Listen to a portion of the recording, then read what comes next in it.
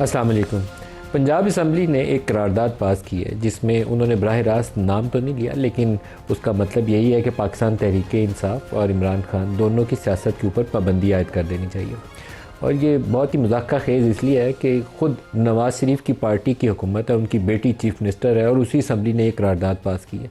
कैसा ही अच्छा लगा होगा नवाज़ शरीफ को जब उनको याद दहानी करवाई जाए कि आपसे शेर का निशान के टिकट छीन लिए गए थे सेनेट इंतखाबात के लिए, क्योंकि बताया गया था कि आप you stand disqualified to head a political party, तो इसलिए आपके दिए हुए टिकट के ऊपर जो उम्मीदवार हैं सेनेट के वो भी सारे आज़ाद हैं। उसी नवाज़ शरीफ की पार्टी ने पंजाब असम्बली से ये करारदाद पास की है कि एक पार्टी को और उसके जो बानी है उसकी इमरान खान, उसको नाम नहीं लिया उन्होंने, उसको बैन कर देना चाहिए। तो नवाज़ शरीफ को अपनी तर्ज़ सियासत के ऊपर गौर करना चाहिए। हमारे यहाँ अलमिया ये है कि सारे अपनी अपनी बारी में भुगत के जब खुद हुकूमत में बैठे होते हैं उस वक्त कहते हैं पूरे पाकिस्तान के साथ जो मर्ज़ी कर लो, मेरी हुकूमत कायम रहे। और यही वो मसला है जिसकी वजह से आज तक पाकिस्तान के हालात में बेहतरी नहीं आ सकी। यही काम इमरान खान नवाज़ शरीफ के ख़िलाफ़ कर रहा था, अब नवाज़ शरीफ यही काम बैठ के इमरान खान के ख़िलाफ़ कर रहे हैं। कल कोई तीसरा आएगा वो बैठ के मरियम या बिलावल के ख़िलाफ़ कर रहा होगा और फिर ये सिलसिला ना ख़त्म होने वाला है, ऐसे ही आगे चलता जाएगा। दूसरी तरफ एक तरफ तो ये साथ दूसरी खबर ये चलती है और इसके ऊपर गवर्नर केपी ने बाकायदा स्टेटमेंट जारी की। उन्होंने कहा कि इमरान खान को अडियाला जेल से किसी और अदालत में मुंतकिल कर देना चाहिए। और अभी से चंद ही लम्हे पहले रावलपिंडी पुलिस के एक अफसर ने स्टेटमेंट जारी किया और उन्होंने कहा कि ये बड़ा हसास इलाका है अडियाला जेल का, तो यहाँ एक सियासी जमात ने अडियाला जेल पर हमला करने की नीयत से रात को हमला किया और हमने बड़े तहम्मुल के साथ और हिकमत के साथ उसको मुंतशिर करने के लिए वाटर कैनन का इस्तेमाल किया। अब ये वाटर कैनन के जो क्लिप्स हैं वो पूरी रात से सोशल मीडिया के ऊपर दस्तयाब हैं, जिसमें इमरान खान की पार्टी के कुछ लोग और इमरान खान की बहनें जो वहाँ पे इमरान से मिलने के लिए गए थे और उनको इजाज़त नहीं मिली और वो प्रोटेस्ट कर रहे थे, उसके ऊपर वो वाटर कैनन यूज़ की गई हैं। तो अगर ये तहम्मुल है आपका पुलिस वालों, तो फिर आपका जुल्म और सख्ती क्या होगी। कुछ खौफ खुदा करें, कुछ बेहतर तरीके से पाकिस्तान को आगे चलाने के लिए कोई हिकमत और दनाई वाकई इस्तेमाल भी कर लें, पाकिस्तान में कुछ इंतशार ख़त्म ही हो जाए, कुछ मुल्क बेहतरी की जानब आगे बढ़ना शुरू हो जाए। क्योंकि अभी तक कोई ऐसी हमारी हरकतें हैं नहीं है कि हम इसको सुकून के साथ आगे तरक्की की राह के ऊपर खुशी के साथ हंसता फलता चलता फैलता फूलता पाकिस्तान आगे बढ़ता हुआ देखना चाहें। हम रोज़ एक नया कोई ना कोई ऐसा ज़रूर काम करते हैं जिससे एक नए इंतशार वाली कैफियत सामने आ जाती है। तो वो जो स्टेटमेंट है पुलिस वालों की, वो लगता यह है कि कोई टीटीपी का एक फैक्शन है जो वहाँ पे आ गया था और वो कोई खुद को हमला करने लगे थे और उन्होंने वाटर कैनन इस्तेमाल करके उस हमले को रोक लिया। तो there should be a more prudent and better way, better than this at least, जिससे मामला को संभाला जा सके, बिगाड़ा ना जाए। इसके ऊपर प्रोग्राम में आगे चलेंगे तो सुनाऊंगा, लेकिन एक आपको स्टेटमेंट बैरिस्टर गौहर का सुनाता हूँ जिसमें वो -1 का तस्करा करते हैं, क्योंकि -1 से ज़्यादा कोई बेहतर तरीके से नहीं बता सकता। जब इनकी पहली हुकूमत बनी थी, इनको 10 साल इस्टेब्लिशमेंट ने सपोर्ट किया और 10 साल की सपोर्ट के बाद जब इनकी पहली हुकूमत वज़ारत उज़्मा की आई, मोहतरमा के ख़िलाफ़ इनको खड़ा किया गया था, क्योंकि मोहतरमा को सिक्योरिटी रिस्क करार दिया जाता था। जैसे अब इमरान खान को सिक्योरिटी रिस्क है और वो इंडिया उसकी मदद को कर रहा है, इंडिया ने जो जंग पे पैसे लगाने थे वो पीटीआई पे लगा रहा है, ये सारा कुछ नवाज़ शरीफ के लिए कहा जाता था, पहले मोहतरमा के लिए कहा जाता था। और मोहतरमा के मुकाबले में नवाज़ शरीफ की जब पहली हुकूमत बन गई और उसको गिराया गया, तो उस ज़माने से 90 से 93 की इनकी पहली हुकूमत से लेकर ऑनवर्ड अगले 32-33 साल की जो नवाज़ शरीफ की सियासत है उसके ऊपर ये होता था कि इसको माइनस कर दें।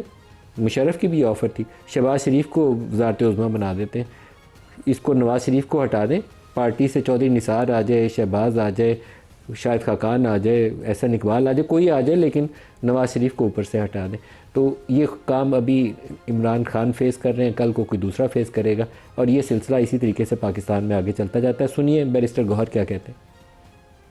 दबे अल्फाजों में और नाम न इस्तेमाल करके हुए आप पीटीआई पे क्या बैन लगाने जा रहे हैं? ये कारोबारी दुनिया नहीं है, 2 में से 1 माइनस करो तो 1 रह जाएगा। हम माइनस हो गए तो ये भी नहीं रहे। हम तो चाह रहे थे सिस्टम में हिस्सा इसलिए रहे, डेमोक्रेसी रहे, something is better than nothing. मैं इंतबा करता रहूं, मैं इन्फॉर्म करता रहूं, आपके हाथ से ये हालात निकल जाएंगे। हालात को नॉर्मलाइज करने के लिए कुछ स्टेप लेने जरूरी है। हमारे तरफ से तो जो हो सकता है हम करने को तैयार हैं। मैं आज भी उनसे रिक्वेस्ट करूंगा एक्स्ट्राऑर्डिनरी सर्कमस्टांसेस ऐसे स्टेप ले ले जिससे कूल डाउन हो जाए। इनका जवाब पत्र से देने वाला रविश खत्म करें। Enough is enough.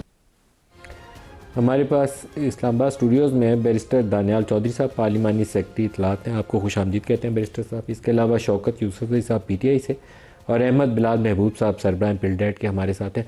सबको प्रोग्राम में खुशामदीद कहते हैं। बैरिस्टर दानियाल साहब, इमरान या पीटीआई के ऊपर पाबंदी, पंजाब असम्बली की करारदाद, या आपको एक सियासी जमात के तौर पर जहन में क्यों आया कि इमरान के ऊपर या पीटीआई के ऊपर बैन लगा दें तो इसी से पाकिस्तान को इस मुश्किलों से बचाया जा सकता है?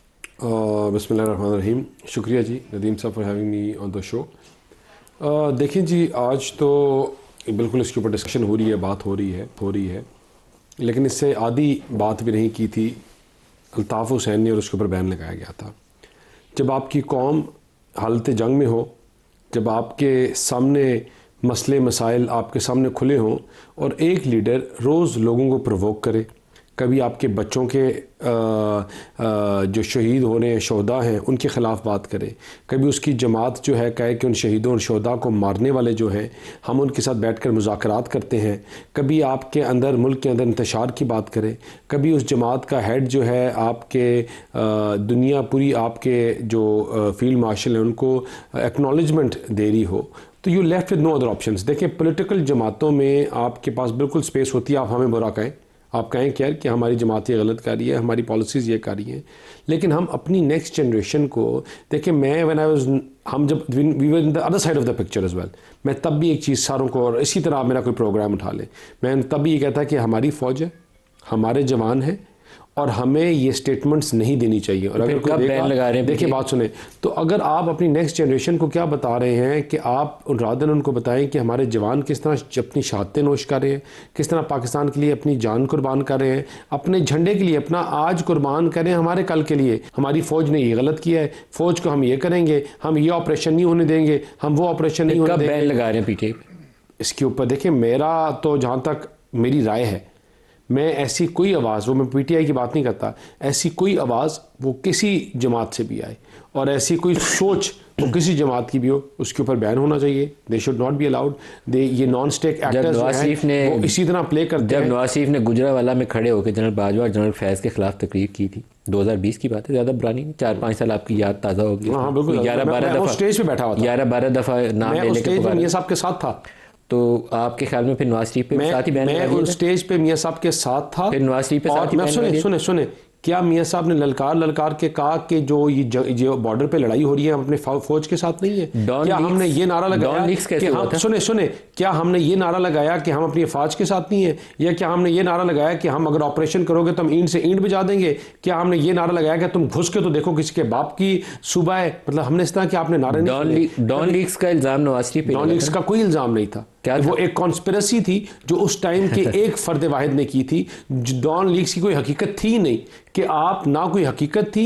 और तब भी मैं प्राइम मिनिस्टर हाउस में जाती तौर पे पार्टी पे क्या था, मैं जाती तौर पे उधर मेमोगेट क्या था पीपल्स पार्टी के ऊपर? अगर देखिए बात सुने, ये कंटिन्यूटी और कंसिस्टेंसी जो है ना, मेमो क्या था? मुझे बात बताएं, अगर कोई जमात का बंदा मुझे एक बात बताएं, कोई चीज भी हो, मैं कहता हूं फॉर एग्जांपल फॉर इंस्टेंस हम इन चारों चीजों में गलत भी होंगे, ठीक है ना, मैं कह दिया सुनो मेमो सही था या मेमो गलत? लेकिन वो रिपीटेडली करना गलत है सर। बार बार आप देखें, आप अपने मेमो सही था या गलत था? देखिए बात सुने, मेमो सही था या गलत है? मैं पॉलिटिकल जमातें कोई भी अपने इदारों के खिलाफ बात करें तो वो गलत है। कोई पॉलिटिकल सर मेमो सही था या गलत था? कोई पॉलिटिकल जमात मेमो सही था? मैं कह रहा हूं कोई चीज है, कोई चीज भी सर मेमो सही था या गलत? सर मैं इस चीज में जाता ही नहीं मेमो ठीक था या गलत था। मैं तो आज की बात कर रहा हूं। देखिए मैं आज की बात कर रहा हूं। इल्जाम ये था कि हुसैन हक्कानी ने वो मेमो एडमिरल माइक मदन को, जो एक यूएस फौज का अफसर था, मुझे याद है, उसको वो खत लिखा था और वो पाकिस्तानी मफादात के खिलाफ था।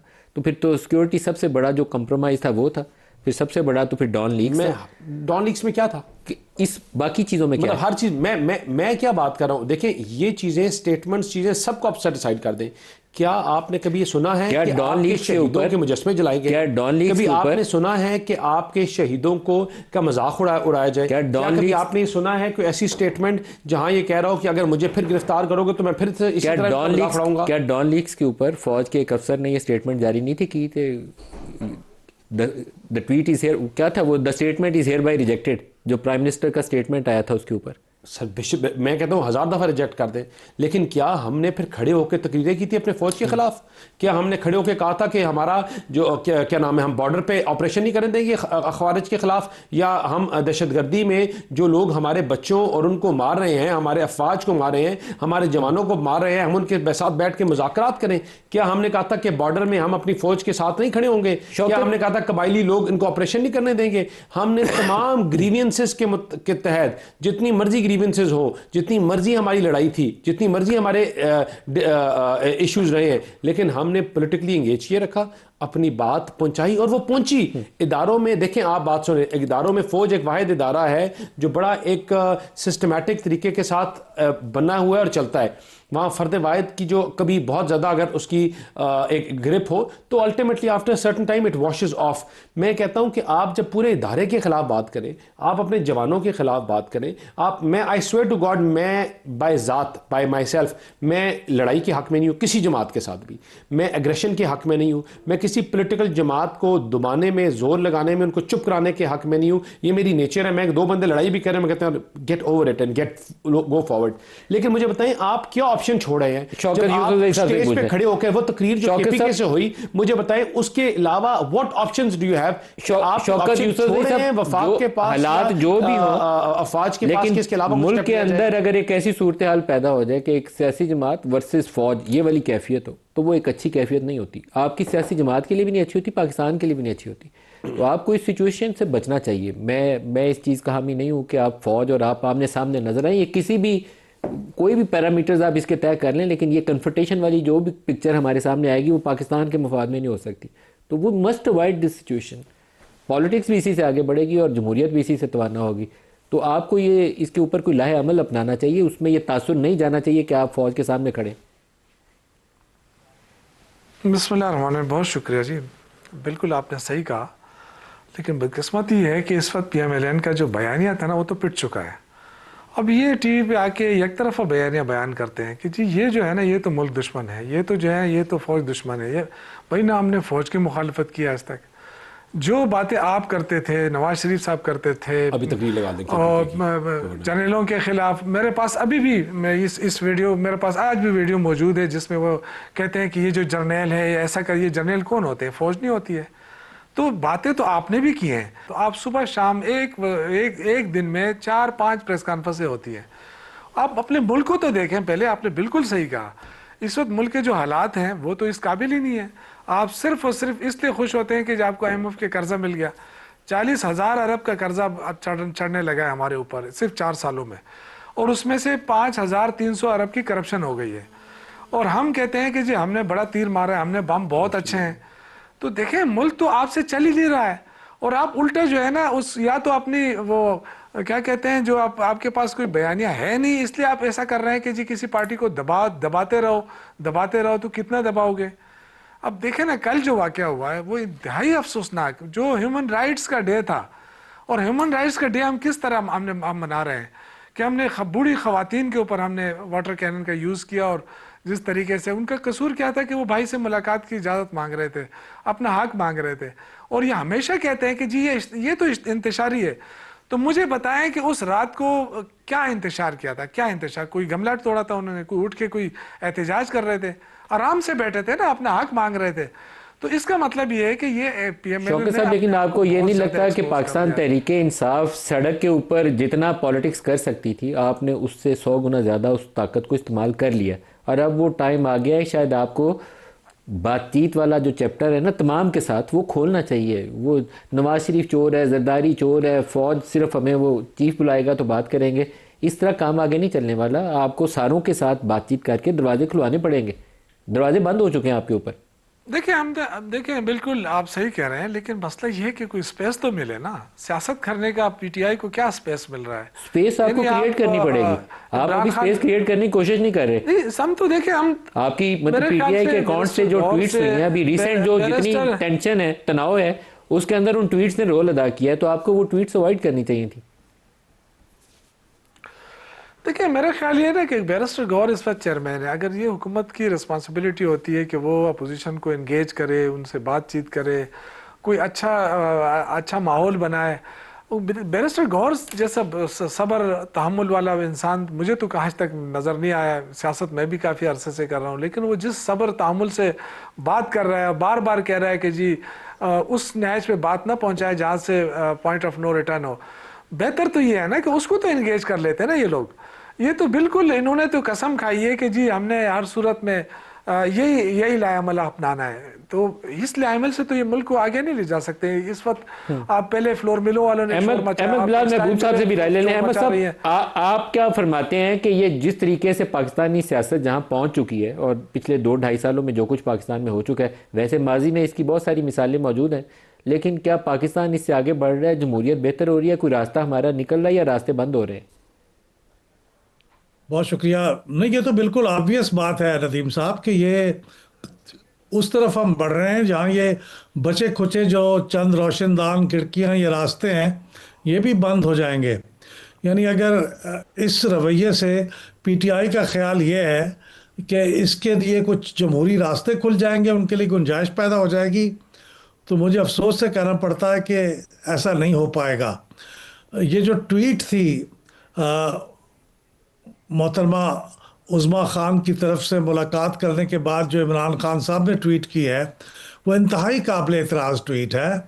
बहुत ही गलत ज़बान इस्तेमाल की गई है और वो मैं समझता हूँ कि बुनियाद बना है इस वक्त जो ज़्यादा पीक पे जा रही है टेंशन उसका। पहले भी हालात अच्छे नहीं थे, लेकिन अब तो हालात और भी ख़राब हुए हैं। उसका मेरे ख्याल में उस ट्वीट को डिस्क्रेडिट देना चाहिए। मुझे मालूम है कि पार्टी के लोगों के लिए बड़ा मुश्किल होता है कि अपने पार्टी के जो बानी हैं, उनके डिफेक्टो सरबराह हैं, उनके बारे में कोई चीज़ तनकीद की जाए, लेकिन हम जैसे इंडिपेंडेंट लोग तो हम ये कह सकते हैं कि वो बहुत ही गलत बात थी और आइंदा भी वो ऐसा करेंगे तो बिल्कुल अपने पाँव पे कुल्हाड़ी मारेंगे। ये बिल्कुल ठीक है, गौहर साहब जो कह रहे हैं बहुत ही अच्छी बातें कह रहे हैं, लेकिन अनफॉर्चुनेटली गौहर साहब का तो कोई असर और रसूख मुझे लगता है बहुत ही महदूद है।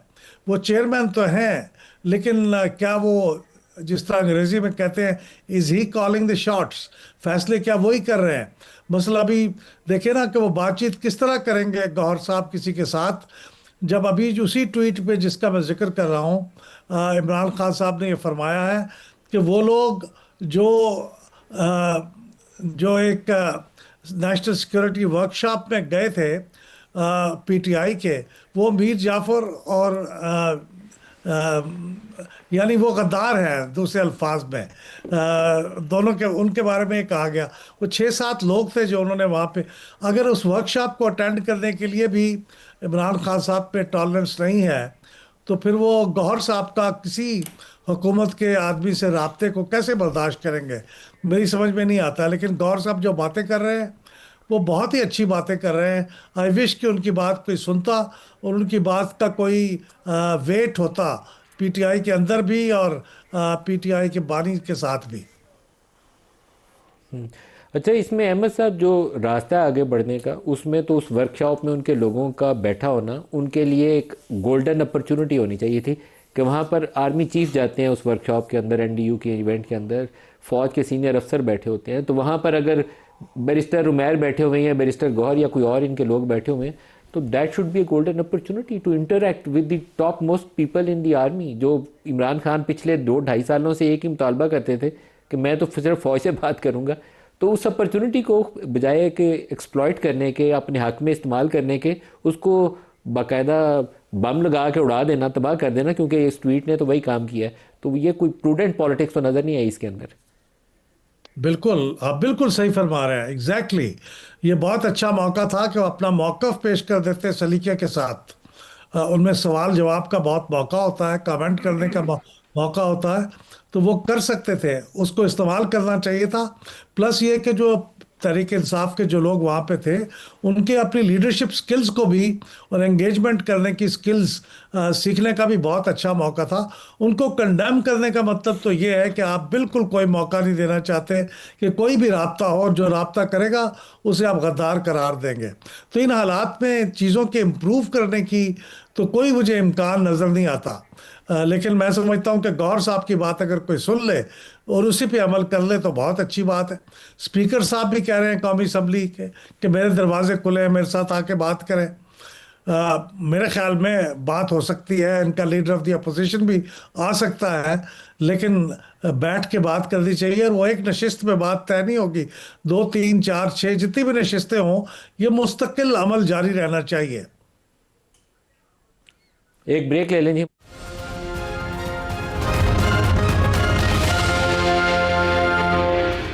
प्रोग्राम में दोबारा खुशामदीद कहते हैं। पाकिस्तान में जो अमेरिका की नाज़िमुल उमूर है नैटली बेकर, उन्होंने एक स्टेटमेंट जारी की है रेकोडिक के अंदर अमेरिकी सरमायाकारी के हवाले से। सुन लें, फिर इसके ऊपर सवाल जवाब भी कुछ करते हैं।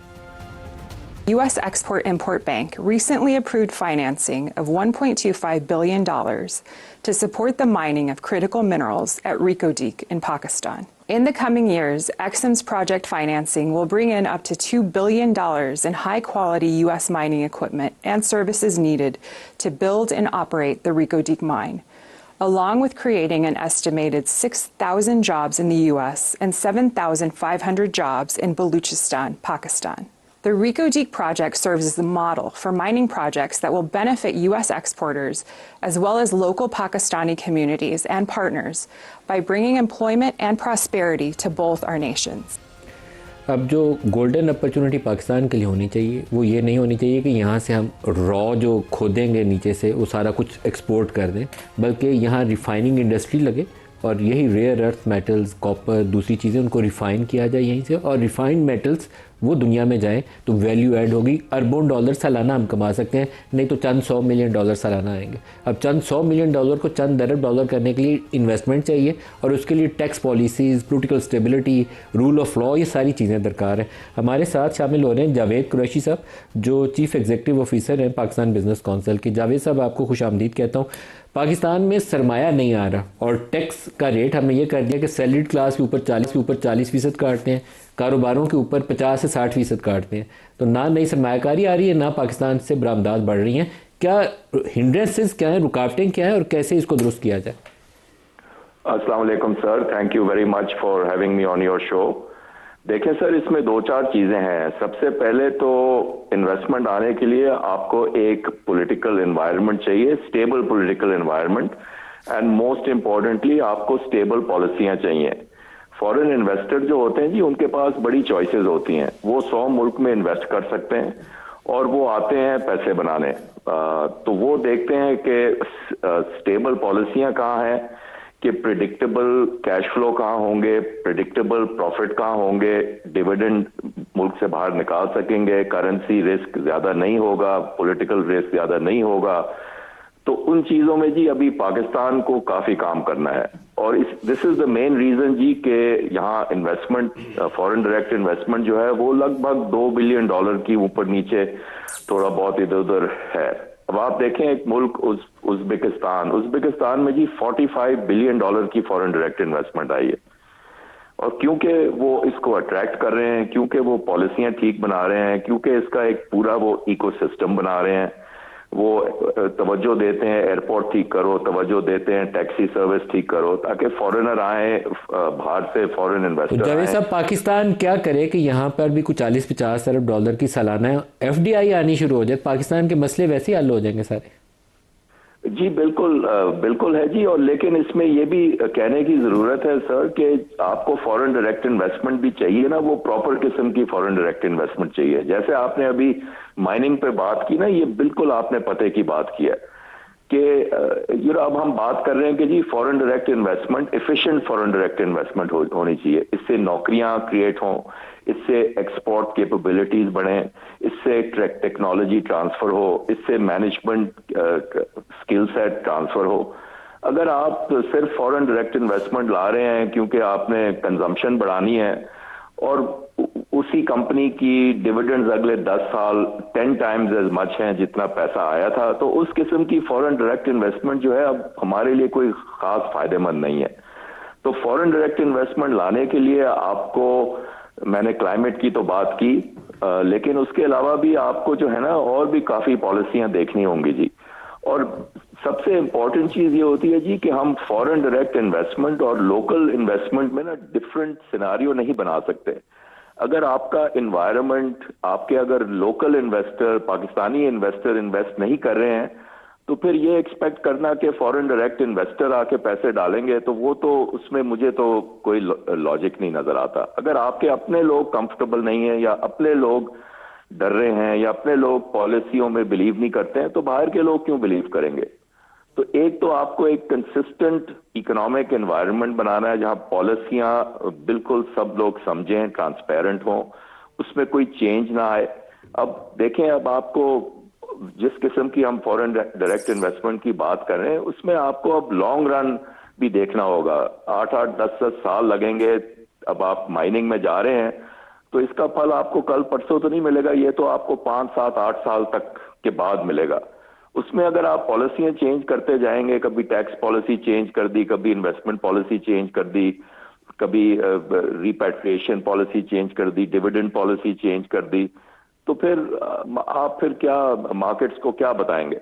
बिल्कुल तो सही। स्टेबल पॉलिसियां होनी चाहिए जी उसकी। अच्छा, दूसरी चीज जी, टैक्स की तो आप ऑलरेडी बात कर चुके हैं और ये तो बड़े बेसिक कॉमन सेंस की बात है कि अगर आप 50-60% टैक्स लगाएंगे तो कौन आके इन्वेस्ट करेगा जी? पूरी दुनिया में 25-30% से ज्यादा टैक्स होता नहीं है।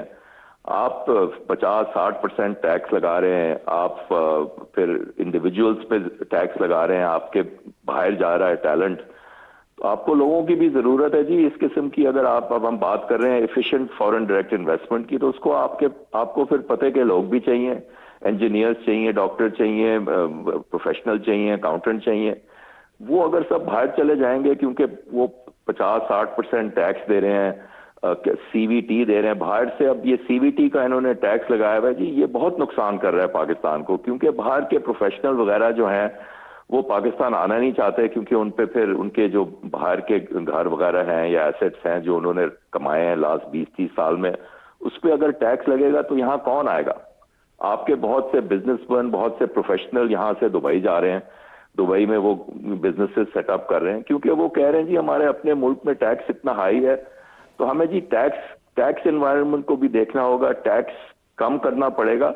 अब ठीक है जी, हुकूमत को थोड़ी मजबूरियां हैं, IMF ने इन पे प्रेशर डाला है कि टैक्स बढ़ाओ, टैक्स टू GDP बढ़ाओ, और वो ठीक है जी, लेकिन उसका फिर हल ये है कि आप जो है टैक्स बेस को ब्रॉडन करें, टैक्स बेस को बढ़ाया जाए, बजाय जिनसे पहले ले रहे हैं उन्हीं के ऊपर मजीद दबाव ना डाला जाए। जावेद कुरैशी साहब, आपका बहुत शुक्रिया, आप हमारे साथ शामिल हुए। चौधरी साहब, 3-4 चीज़ें जो उन्होंने गिनवाई हैं उसमें सरे फहरिस्त उन्होंने पॉलिटिकल स्टेबिलिटी का नाम लिया, दूसरे नंबर पर कंसिस्टेंसी ऑफ पॉलिसीज़ है, और फिर वो इस्लाहात है कि टैक्स रेट आप कम करें, ट्रांसपेरेंसी लाएं, प्रिडिक्टेबल इन्वायरमेंट रखें, रूल ऑफ लॉ रखें, स्टेबल पॉलिसीज़ रखें।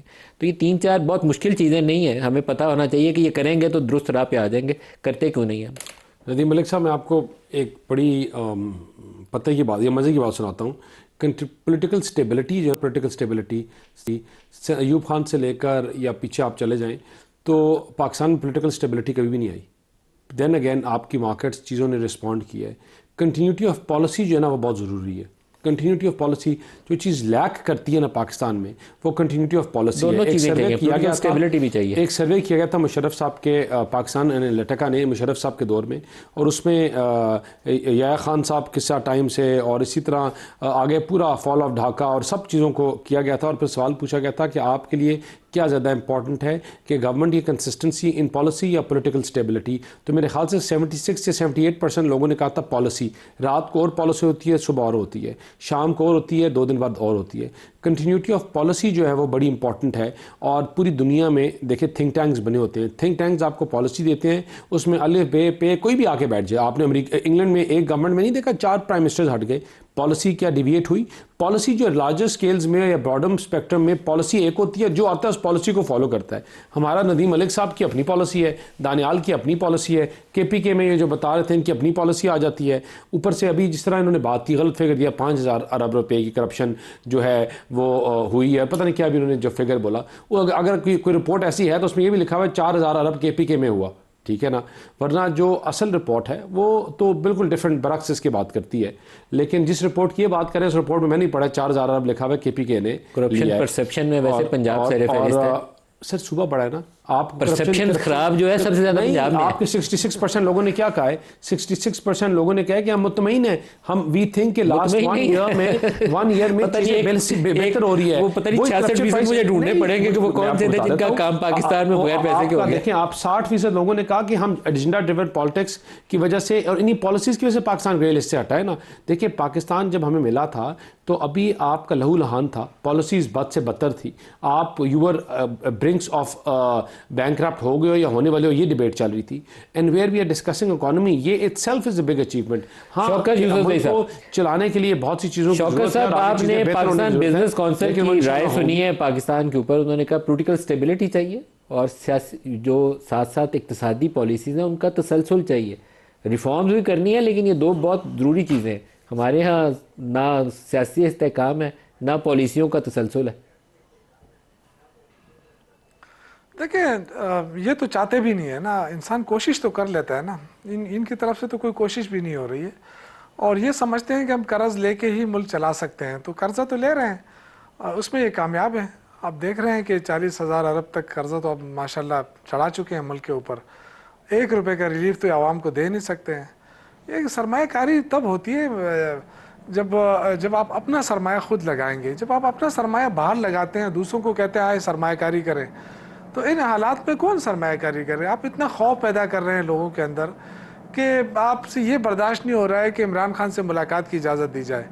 आप इतने हैं कि अपोजिशन लीडर को नामजद नहीं कर रहे हैं, ना कौमी असम्बली में ना सेनेट के अंदर। तो ये पता नहीं कौन सी जमहूरियत ये मुतारिफ करा रहे हैं और हमें दर्ज दे रहे हैं कि जी ये इंतशारी है। भाई आप अपना तो चलो, हम इंतशारी है, आप भी इंतशारी हैं। अगर नहीं है तो फिर आप तो अपनी तरफ से कोई रोल अदा करें ना। आपकी तरफ से तो सिवाय इश्तिहाल दिलाने के हर वजीर आके सुबह शाम माशाल्लाह जो अल्फाज इस्तेमाल करते हैं, जिस तरह इश्तिहाल दिलाते हैं। और मज़े की बात है कि इनके पास अपना बयानिया भी नहीं है ना। इन्होंने 4 साल में कोई परफॉर्म ही नहीं किया है। कोई वजीर आके अपनी परफॉर्मेंस नहीं बता रहा है। सिर्फ ये बता रहा है 26 नवंबर इन्होंने किया, ये जो रात को जो खवातीन के ऊपर हमला किया पुलिस ने, कहते हैं इन्होंने इंतशार किया। इसके अलावा इनके पास है क्या? ये बताए ना कौम को कि 4 सालों में इन्होंने क्या किया है। ये दावा करते हैं शौकत साहब, लेकिन एक आपकी जमात के अंदर से ना एक चेंज आनी चाहिए। आपकी जमात के जो अक्सरियत लोग हैं, मोर देन परहैप्स 90%, वो सुलह जो लोग हैं वो मुफाहमत चाहते हैं, लेकिन ना टीवी के ऊपर, ना कैमरे के ऊपर, ना आपकी ऑफिशियल पॉलिसी के अंदर उसकी रिफ्लेक्शन नज़र आती है, क्योंकि सबको इमरान खान के सामने गुड बुक्स में रहने के लिए एक हॉकिश पॉलिसी ज़रूर अपनानी है। तो आपको as a political party dominate करना पड़ेगा कि हमें मुफाहमत से रास्ता निकालना है। आप उसको फॉलो नहीं कर रहे हैं, दिन ब दिन सियासी इस्तेहकाम जो है वो अदम इस्तेहकाम में बदल रहा है। आपकी पोलिटिकल स्पेस ख़त्म हो गई है सारी। देखिए आपकी जमात में बैरिस्टर गौहर हो, आपका आतिफ खान हो, असद कैसर हो, अली मीन गंडापुर हो, सारे बैकग्राउंड में इसलिए चले गए हैं कि वो जो मुफाहमत की तरफ आता है उसको अटैक किया जाता है बाकायदा। नहीं, उसकी मेन वजह भी है ना। देखें अगर हुकूमत की तरफ से कोई पॉलिसियाँ बेहतर होती ना तो फिर ये प्रेशर नहीं होता। अभी अगर आप इमरान खान को 6x6 के उसमें रखेंगे, बाहर आके कहें कि जी 6 कमरे उसको दिए हैं, और फिर आप उनसे मुलाकातें भी नहीं करने देते हैं, उनको आइसोलेशन पे रखा हुआ है, फिर आप कहते हैं नहीं जी वो तो सारा दिन एक्सरसाइज करता है, तो फिर मुलाकात की इजाज़त क्यों नहीं देते हैं? तो ये छोटी छोटी चीज़ें हैं। इसमें ज़ाहिर है फिर वर्कर भी पर वो हो जाता है, प्रोवोक होता है, इश्तियाल आता है कि जी हमारे लीडर के साथ क्या हो रहा है, आप लोग क्या कर रहे हैं। तो इसके लिए लाजमी है कि हुकूमत थोड़ा सा अपने आप को सियासी रवैया अपनाए, जमहूरी एटीट्यूड अपनाए। वो नज़र नहीं आ रहा। आप देखें जितने भी इनके लोग आते हैं इसको नहीं देख रहे कि मुल्क को नुकसान कितना हो रहा है, चाहे वो जिस वजह से भी हो रहा है, लेकिन नुकसान बहुत ज़्यादा हो रहा है। और ये जो दावे करने आए थे कि हम मुल्क को इस तरह का 12% से महंगाई जो है ना 38% पे ये लेके गए थे, और फिर आज तक उस महंगाई को कम नहीं कर सके। सिर्फ ये कहते हैं सिंगल डिजिट पे ले आए। आज आप जाए ना, देखें गरीब रुल रहा है कि नहीं रुल रहा है, उसको चावल दाल घी किस नर्ख में मिल रहा है, क्या उनकी आमदन में इजाफा हुआ है? आप देखें लाखों लोग जो है ना बेरोजगारी की तरफ जा रहे हैं, आपके टेक्सटाइल मिलें बन रही है पंजाब के अंदर, आप दावे तो बड़े कर रहे हैं तो सरमायाकार भाग रहे हैं। तो ये जिस तरह कुरैशी साहब ने कहा, इन हालात के अंदर आपके लिए कौन सरमायाकारी करेगा? आप अमेरिका की बात करते हैं, अमेरिका अच्छा के सर, अपने मफादात होते हैं, इसमें कोई शक नहीं दानियाल है। साहब से एक ये भी सवाल पूछ लें। कल से जो गवर्नर केपी का स्टेटमेंट है, उसके बाद आज इख्तियार वली साहब का भी बयान है, क्या आपकी ऐसी कंसिडरेशन है कि इमरान खान को अडियाला से कहीं और मुंतकिल करें? देखें जी, सिर्फ एक दो सेकंड पहले बात, 1 मिनट बात करूँगा। देखिए, इन्होंने कहा ना कन्फ्रंटेशन को ख़त्म करना चाहिए, तो कन्फ्रंटेशन को ख़त्म ऐसे थोड़ी करते हैं किसी जमात का लीडर ये कहे कि आपने NDU का कोर्स किया तो आप गद्दार हैं, आप ISPR में जा रहे हैं तो आप गद्दार हैं। मुझे बताएं कि एक मुल्क में 2 फ़ौजें नहीं हो सकती, या आपकी अपनी फ़ौज होती है या दुश्मन की होती है। और पाकिस्तान जैसा मुल्क जो हाई रिस्क एरिया है, जो जिसमें हर वक्त आपके, अभी इंडिया वाला हमने सारा देखा, तो इधर आप ऐसी बातें करके तो आप लोगों को ख़राब कर रहे हैं, मुल्क को ख़राब कर रहे हैं, आप दुनिया को वीकन, अपने मुल्क को वीकन कर रहे हैं दुनिया के सामने।